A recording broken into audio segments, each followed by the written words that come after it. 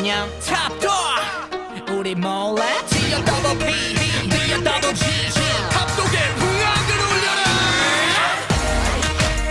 해라 좋다. K-pop. Throughout its history, people have assumed that it's purely Korea's version of hip-hop or pop.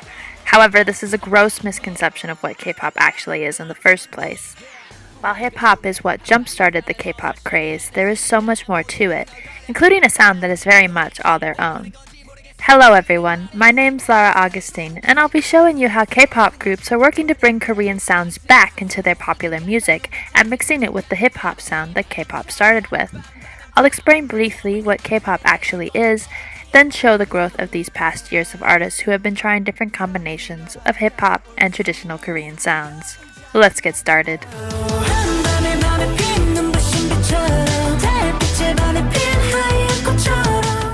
Firstly, we should explain that K-pop is not a genre.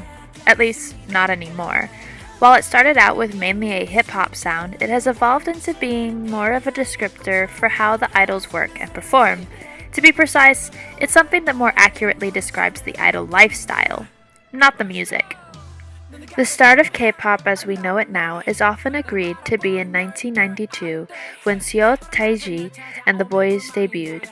Their sound was heavily based on Western hip-hop influences, although they had a song on their second album that incorporated traditional Korean music, otherwise referred to as Gugak. The first generation of K-pop relied heavily on hip-hop sound. With the second gen beginning around 2000, more genres began to be mixed in, electronic, bubblegum pop, and R&B to name a few, though most remained Western influenced.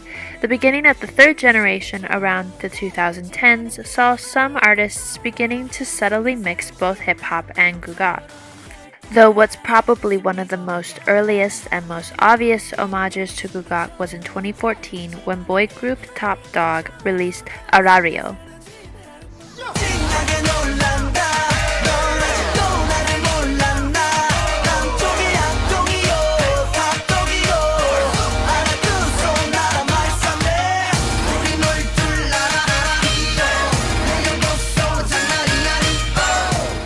Showcasing the Changu and the Gayagum in the music video itself, as well as including many more traditional instruments, placed Gugak sounds more in the forefront than ever previously seen. Larger artists would join in, such as Psy with Hangover in that same year. The more subtle influences would continue until 2018 when BTS released Idol.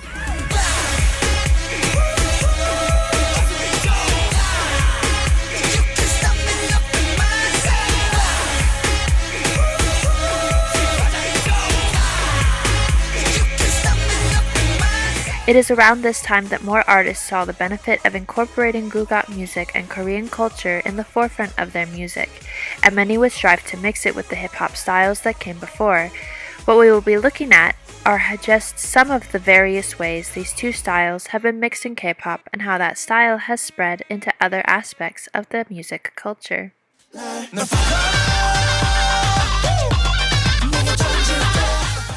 The first type we will be looking at are songs that are very much rap songs, but use a lot of Gugak instruments and styles.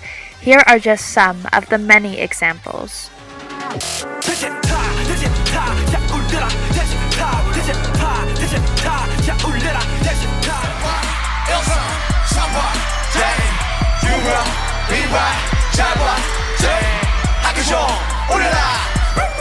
But the song we'll focus on for the purpose of our video is the 2020 release Bum, English title being Tiger, by VIX member Ravi.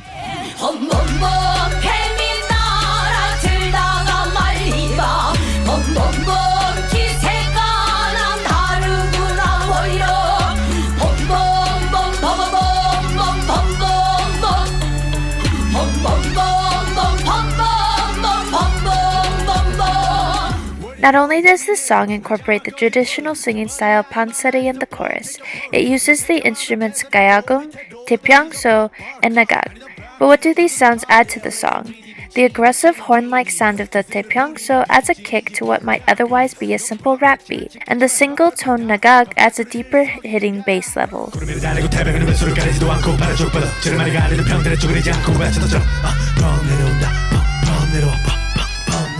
In a Hip Hop Weekly interview from 2021, Ravi stated how he wanted to mix traditional Korean music with something modern to create something never heard before. The intensity of these instruments caused the rap tracks to feel not only unique, but more powerful than they might otherwise be with just a simple beat. But that is not the only way idols combined hip-hop and Gugak. This type of song is one that leans more on traditional styles, but adds a hip-hop layer to it, either through its beat or rap section. Some examples are the aforementioned Top Dog's Arario and ATEEZ's The Real. 이것이 멋이여.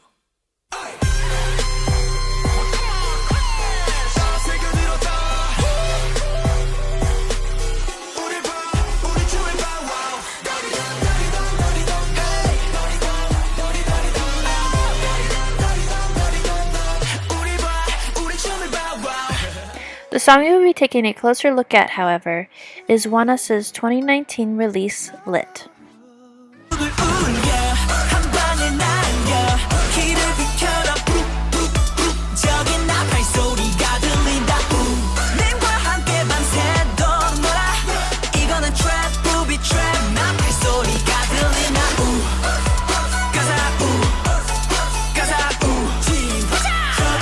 Lit uses a lot of traditional drums with its beat, like the bok, galgo, and jwagwo, and it uses the bamboo flute tongso. All of these, combined with instruments we've seen used in other songs, work to give it its Gugak sound.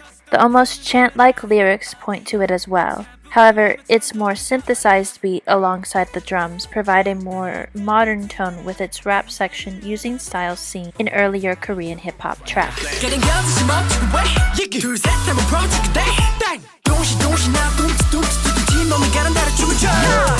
This creates a unique sound that shows off the beauty of Gugak, but also still incorporates the hip-hop styles that helped K-pop become so globalized. In a Billboard article in 2020, ONEUS member Kyun-hee said the following: "Lit does have components of Korean traditions. I'm pretty proud and thankful, and I'm amazed that we can actually show this to a lot of people internationally. I hope that we can represent our culture internationally." This wish of sharing their culture internationally seems to be coming true, as even things outside of the K-pop industry are also using these techniques.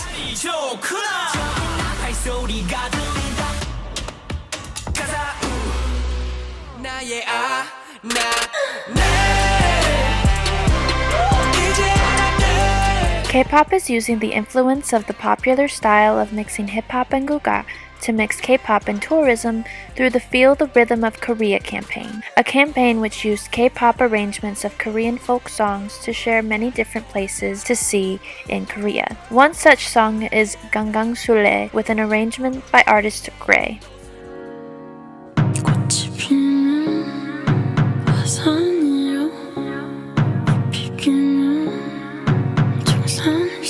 According to the description of the video, Gangang Sule is a folk song for Cheongwo Daeburum, the festival of the first full moon of the Lunar New Year. It was typically sung by women who would gather in a circle, hold hands, and dance under the direction of the lead singer. The lyrics are prayers asking for our lives to be full of joy. This arrangement brings in a hip-hop beat and male rapper Woo Won-jae to contrast the more traditional sounds. Turn around, slow down, 멍 때려 아무것도 안 할래. 바보 같은 짓만 골라 주머니는 무겁지만 I don't live play again 다시 보긴 결제. The result shows that Korea is using the unification of styles started in K-pop to give a window of how amazing and beautiful Korea is. However, none of this influence from other parts of the world diminishes the uniqueness of K-pop. In fact, the influence combined with their own style is what makes it stand apart. In a 2018 article from The World, it states, K-pop distinguishes itself from its influences by amping up its performance and bringing twists through language. And even with its influences in mind, K-pop stands on its own, extremely polished, vibrant, well-rounded, and distinct. I believe this uniqueness and unification can be a gateway into something more than just music, but culture as well.